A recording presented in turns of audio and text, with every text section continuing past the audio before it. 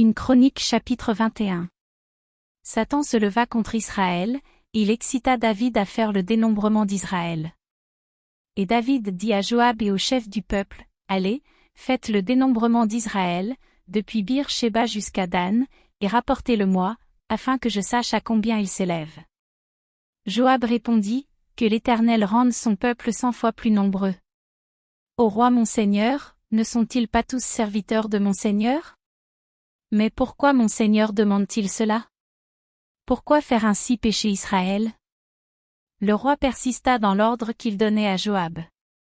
Et Joab partit, et parcourut tout Israël, puis il revint à Jérusalem. Joab remit à David le rôle du dénombrement du peuple. Il y avait dans tout Israël 1100 000 hommes tirant l'épée, et en Juda 470 000 hommes tirant l'épée. Il ne fit point parmi eux le dénombrement de Lévi et de Benjamin, car l'ordre du roi lui paraissait une abomination. Cet ordre déplut à Dieu, qui frappa Israël. Et David dit à Dieu, j'ai commis un grand péché en faisant cela. Maintenant, daigne pardonner l'iniquité de ton serviteur, car j'ai complètement agi en insensé. L'Éternel adressa ainsi la parole à Gad, le voyant de David. Va dire à David, ainsi parle l'Éternel, je te propose 3 fléaux, choisis en un, et je t'en frapperai. Gad alla vers David, et lui dit, ainsi parle l'Éternel. Accepte, ou 3 années de famine, ou 3 mois pendant lesquels tu seras détruit par tes adversaires et atteint par l'épée de tes ennemis, ou 3 jours pendant lesquels l'épée de l'Éternel et la peste seront dans le pays et l'ange de l'Éternel portera la destruction dans tout le territoire d'Israël. Vois maintenant ce que je dois répondre à celui qui m'envoie. David répondit à Gad, je suis dans une grande angoisse. Oh! Que je tombe entre les mains de l'Éternel, car ses compassions sont immenses, mais que je ne tombe pas entre les mains des hommes. L'Éternel envoya la peste en Israël, et il tomba 70 000 hommes d'Israël. Dieu envoya un ange à Jérusalem pour la détruire, et comme il la détruisait, l'Éternel regarda et se repentit de ce mal, et il dit à l'ange qui détruisait, assez. Retire maintenant ta main. L'ange de l'Éternel se tenait près de l'aire d'Ornan, le Jébusien. David leva les yeux, et vit l'ange de l'Éternel se tenant entre la terre et le ciel et ayant à la main son épée nue tournée contre Jérusalem. Alors David et les anciens, couverts de sacs, tombèrent sur leur visage. Et David dit à Dieu, n'est-ce pas moi qui ai ordonné le dénombrement du peuple? C'est moi qui ai péché et qui ai fait le mal, mais ces brebis, qu'ont-elles fait?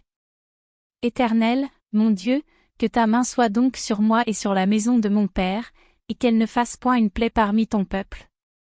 L'ange de l'Éternel dit à Gad de parler à David, afin qu'il montât pour élever un autel à l'Éternel dans l'aire d'Ornan, le Jébusien. David monta, selon la parole que Gad avait prononcée au nom de l'Éternel. Ornan se retourna et vit l'ange, et ses 4 fils se cachèrent avec lui, ils foulaient alors du froment. Lorsque David arriva auprès d'Ornan, Ornan regarda, et il aperçut David, puis il sortit de l'air, et se prosterna devant David, le visage contre terre. David dit à Ornan, cède-moi l'emplacement de l'air pour que j'y bâtisse un autel à l'Éternel, cède-le-moi contre sa valeur en argent, afin que la plaie se retire de dessus le peuple. Ornan répondit à David, prends-le, et que mon seigneur le roi fasse ce qui lui semblera bon, vois, je donne les bœufs pour l'holocauste, les chars pour le bois, et le froment pour l'offrande, je donne tout cela. Mais le roi David dit à Ornan, non. Je veux l'acheter contre sa valeur en argent, car je ne présenterai point à l'Éternel ce qui est à toi, et je n'offrirai point un holocauste qui ne me coûte rien. Et David donna à Ornan 600 sicles d'or pour l'emplacement. David bâtit là un autel à l'Éternel, et il offrit des holocaustes et des sacrifices d'action de grâce. Il invoqua l'Éternel, et l'Éternel lui répondit par le feu, qui descendit du ciel sur l'autel de l'holocauste. Alors l'Éternel parla à l'ange, qui remit son épée dans le fourreau.